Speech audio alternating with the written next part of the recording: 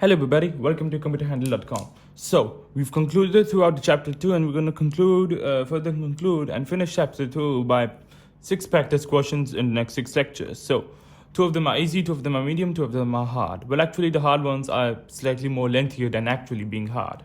So, practice 1, this is the question. Give it a read, try to solve it yourself, pause the lecture, and then once you've solved it yourself, come back here, then compare it with my answer. Alright, so I've assumed that you've completed or at least attempted to solve this question one time. So if yes, if no, if you're comparing, we're going to solve it here in case. So this time, from this lecture onwards, what I will do in practice questions, I will always list down the concepts which are being tested here, the pseudocode concepts. Okay? And in this, well, of course, almost every question will, of course, test input, output, declaration, and the basics. But by the concepts, I mean all the, basic things. So if a selection statement, which type of selection statement?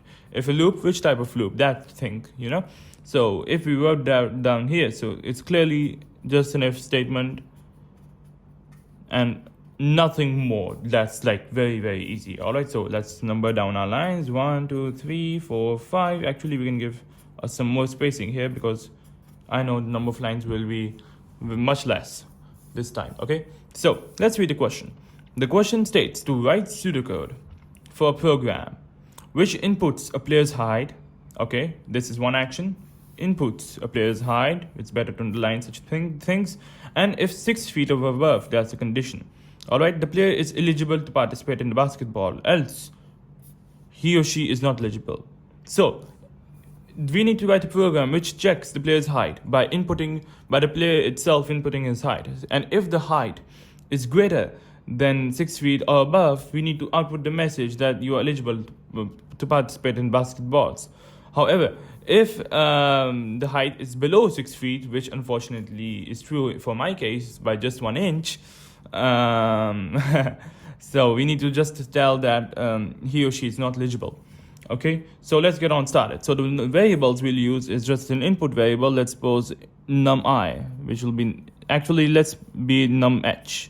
Again, this time it's not the largest number or highest number. This time it's the height, your height in feet, num_h. Okay, so we'll suppose that then this time the user won't input in the format of 6 feet 1 inch, 6 feet 2 inch. Let's suppose he'll enter in 6.6.1, 6.2, which means that the num_h should this time not be an integer. It should be a double.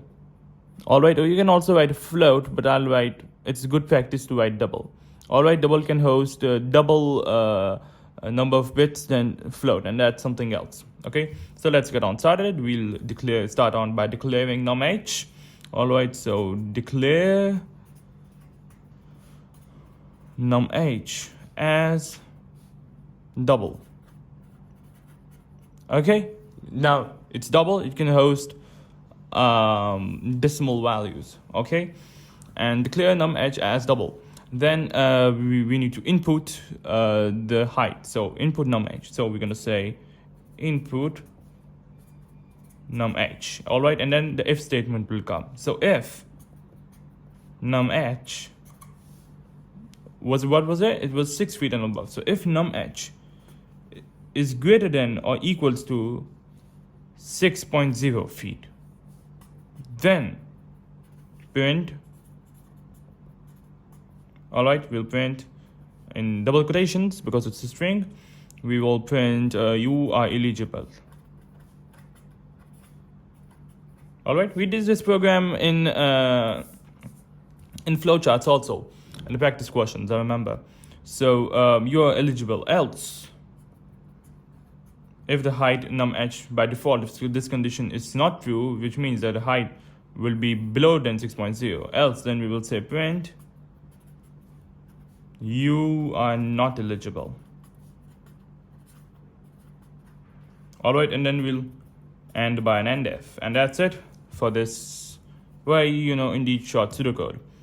And that's it for this lecture. So we declare num_h as double, input num_h. Let's suppose 6.2. Is num_match greater than or equal to 6.0? Yes, it'll tell me you are eligible. However, if I input 5.8, it's going to say, no, 5.8 is not greater than or equal to 6.8, it's smaller. So it's going to go to the else part instead, and it's going to output, you are not eligible.